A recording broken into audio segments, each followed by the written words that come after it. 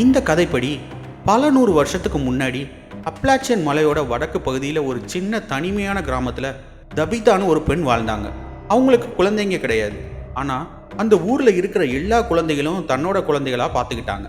ஊரில் இருக்கிறவங்க வேலைக்கு போகும்போது எல்லா குழந்தைகளையும் தபிதா வீட்டில் தான் விட்டுட்டு போவாங்க.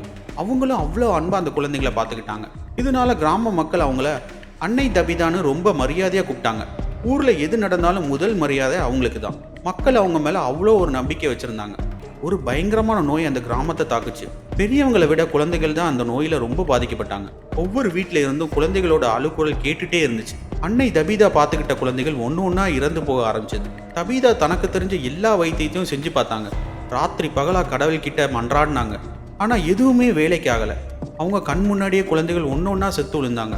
கிராம மக்களுக்கு அவங்க மேலே சந்தேகம் வர ஆரம்பிச்சது. இவ கண்டிப்பாக சூனியக்காரியாக தான் இருக்கணும்னு அவங்களுக்குள்ளே பேச ஆரம்பிச்சாங்க. ஒரு காலத்தில் தெய்வமாக பார்த்த அதே மக்கள் இப்போ அவங்கள ஒரு சாபமாக பார்க்க ஆரம்பிச்சாங்க. முழு வீடியோவையும் பார்க்க இணைக்கப்பட்டுள்ள லிங்கை கிளிக் பண்ணுங்கள். இந்த வீடியோ உங்களுக்கு பிடிச்சிருந்தா ப்ளீஸ் ஒரு லைக் பண்ணுங்கள்.